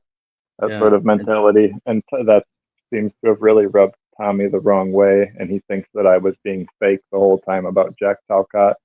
And that's not true. I was just upset with Jack Talcott and being, mean to Jack Talcott because I was angry with him, and then we buried the hatchet, and now I'm not being mean to Jack Talcott anymore. And there was nothing Tommy fake just hates about Jack for some reason. Tommy just hates Jack, and you nailed it. If I don't hate Jack, I'm not welcome, basically. So, okay, now if we look at both of those guys, right? Tommy has knowledge of scripture, right? For certain. Like, talking to you, I wouldn't say he has more than you, but he definitely knows like the Bible. He's probably been to like a Bible study, Sunday school, whatever kind of a thing. Versus Jack, who is, like we could say like, you can almost say he's almost totally ignorant of like scripture, right? But one displays kind of the heart of the Lord, and the other one is just a thumper and will beat you over the head with the Bible, right? Which one of those self-identified Christians do you think is actually going to make it into heaven, or will they both make it into heaven, or what do you think about that? That's a complex question. I don't think that anything that came from Paul's mouth or the book of John is worth trusting. In fact, I specifically think that they're both fiction. I think that especially John. But you're talking about the Gospel of John? The Gospel and the epistles. Wow. I think that Gospel of John, the book of Hebrews, the letter to the Hebrews, the letters of John, all of the letters of Paul, and the book of Revelation should not be part of the New Testament literature, in my opinion. That's like pretty much the whole New Testament, dude. Like, yeah, I know. And that's why I say that Christianity today is not what it was supposed to be, in my opinion. People are following the words of Paul and not the words of Jesus. So if you thought that God, was real and everything, and the whole thing was like, let's just take it at face value, whatever, which one of these guys, the head knowledge knower of Christ or the heart knowledge knower of Christ would make it, or do you think they would both make it? Well, if you think about what Jesus said, it's hard to say, because even across like Matthew and Mark, there are stark differences and I don't remember them all off the top of my head, but from what I remember, Jesus died for your sins. You know what I mean? So as long as you're not blaspheming the Holy Spirit, which is allegedly the only unforgivable sin, you're in heaven. It doesn't matter what you do. The only thing that changes is, like, quote unquote, how close your seat is to God's throne. So how great your place is in heaven. But like, regardless of what you do, as long as you're not mocking God, you're going to heaven. Mm-hmm. Yeah, I think that's a great answer, man. I think that's a great answer, actually. So, but we could literally see the stark contrast between those two guys who both say that they follow Jesus, right? Like, John, there's a distinction there, right? But like you said, unless you're, I don't think either one of them know what they're talking about. I think that both of them learned everything they know from YouTube videos, if you ask me. That's hilarious, man. That's funny. Yeah, that's good stuff, man. So I definitely want to have you back. We could probably talk hours on this stuff. Like, I know I could, because I just, love talking about God and whatnot. But just for the sake of keeping the show, like, or the broadcast relevant and not turn into a 24-hour thing, I want to have you back. I'll probably go ahead and Discord message you, and we'll do this again. All right, man? Okay, I'll check my Discord messages and I'll keep in touch, or you keep in touch. Yeah, I would like to definitely come back on, though. You're a good person to talk to about this stuff. Cool. Appreciate that. Have a good one, man. All right, you too.